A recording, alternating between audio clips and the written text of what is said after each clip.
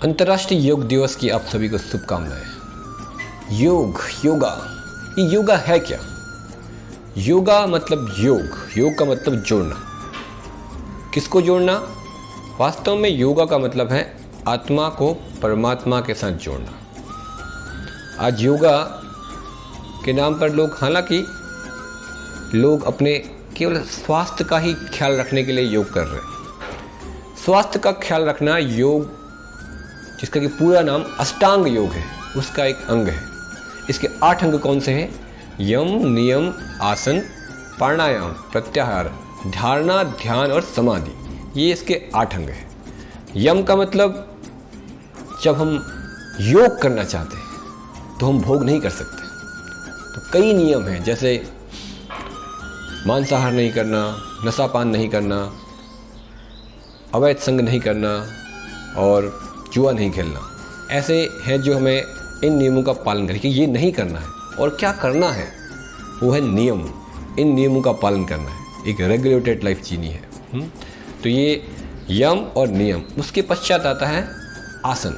आसन ये अलग अलग प्रकार के आसन जो आपको बतलाए जाते हैं।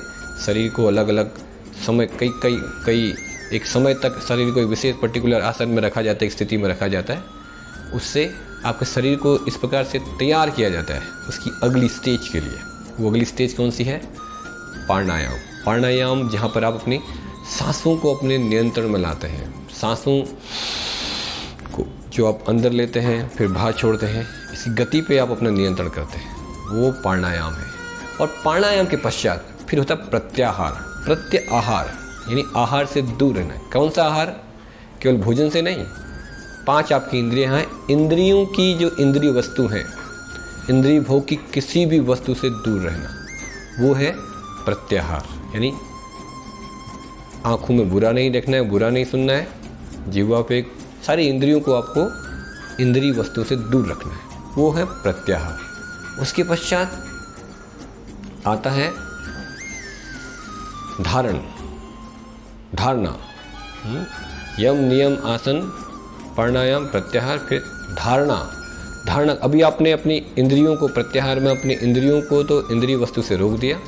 अब धारणा का मतलब अब अपने मन को आप इंद्रिय वस्तु से हटाएंगे। पहले तो इंद्रियों को हटाना है, उसके पश्चात अब मन में भी इंद्रिय तृप्ति का विचार नहीं आना है, वो है धारणा।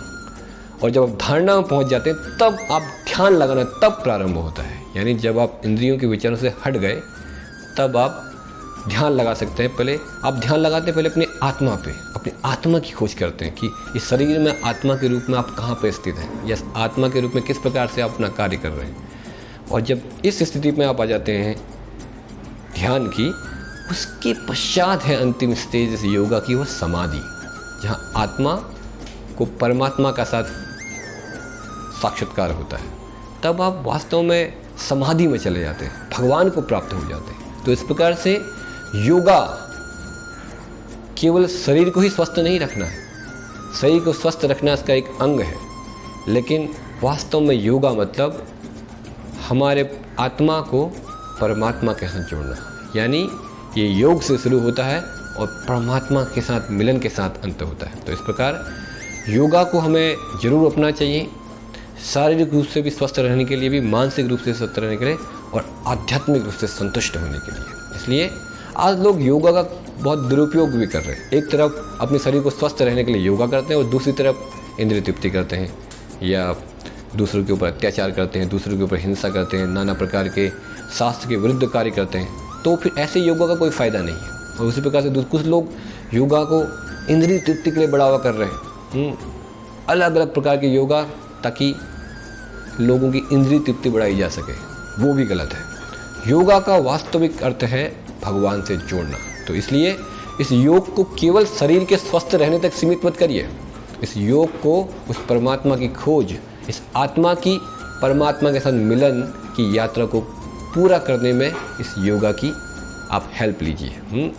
योग तो ठीक है, योग से आप शरीर स्वस्थ रखेंगे, लेकिन अंततः आपकी शरीर की तो मृत्यु निश्चित है। कितना भी आप योग कर लें, लेकिन अपनी मृत्यु को टाल नहीं सकते। इसलिए जहाँ एक तरफ शरीर को स्वस्थ रखना आवश्यक है, लेकिन उससे भी ज़्यादा महत्वपूर्ण है आत्मा को मृत्यु से पहले परमात्मा का साक्षात्कार करना। मनुष्य जीवन के लक्ष्य को प्राप्त करना, जो कि भगवान की प्राप्ति है। इसलिए योग को केवल शरीर तक ही नहीं, परमात्मा तक लेके जाइए। इस योगा की परिभाषा को अच्छी तरह जानिए, खुद भी करिए योगा और सारे विश्व को इसका संदेश दीजिए कि ये योग भगवान से कनेक्ट होने के लिए है, भोग के लिए नहीं। हरे कृष्णा।